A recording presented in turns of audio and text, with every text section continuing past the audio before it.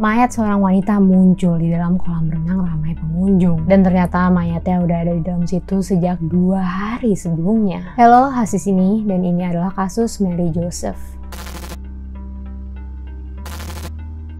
Mary Joseph adalah seorang wanita 36 tahun kelahiran Haiti, tapi udah sejak lama tinggal di Fall River, Massachusetts. Dia kerja sebagai housekeeper di sebuah hotel dan punya 5 anak. Pada 26 Juli 2011, di hari Minggu yang panas, Mary dengan tetangga-tetangganya pergi ke Veterans Memorial Pool, sebuah kolam renang umum di Fall River. Pas anak tetangganya yang berumur 9 tahun naik perosotan, Mary tiba-tiba ikut meluncur di belakangnya, sehingga nimpa dan nabrak anak ini di dalam air. Menurut anak ini, Mary tenggelam dan gak muncul lagi ke permukaan. Khawatir, dia pun melapor ke lifeguard yang lagi berjaga. Sayangnya mungkin karena dianggap anak kecil, dia nggak ditanggepin dengan serius. Walaupun tetangga-tetangga yang pergi sama Mary nyadar dia nggak ada, tapi sebelumnya mereka ngeliat Mary ngobrol sama temennya yang lain. Jadinya mereka ngira kalau Mary udah pulang duluan. Setelahnya pacar Mary berkali-kali nyoba nelfon dia, tapi walaupun nggak diangkat sama sekali, dia cuma ngira kalau Mary lagi pengen sendirian. Karena asumsi-asumsi inilah nggak ada yang ngelaporin Mary sebagai orang hilang. Gak ada yang bertanya-tanya apa yang terjadi sama Mary. Sampai akhirnya pada 28 Juni malam, sekelompok remaja nyusup ke kolam renang ini buat berenang diem-diem. Tapi yang mereka temuin adalah mayat Mary yang ngambang di tengah-tengah kolam. Padahal selama 2 hari Mary menghilang, kolam ini terus dibuka dan rame sama pengunjung. Kok bisa gak ada yang lihat mayat Mary? Karena pas Mary tenggelam, kayak ginilah kondisi kolamnya. Kolamnya gak pernah dibersihin dan cuma diisi pakai air baru. Sedangkan filternya rusak, sehingga kotoran pada numpuk. Dan padahal ada aturan di mana lifeguard harus rutin ngecek apakah dasar kolamnya bisa kelihatan. Dan juga setiap malam dasar kolamnya harusnya dibersihin. Tapi parahnya 2 peraturan ini nggak pernah dilaksanain. Kedalaman kolamnya mencapai 4 meter.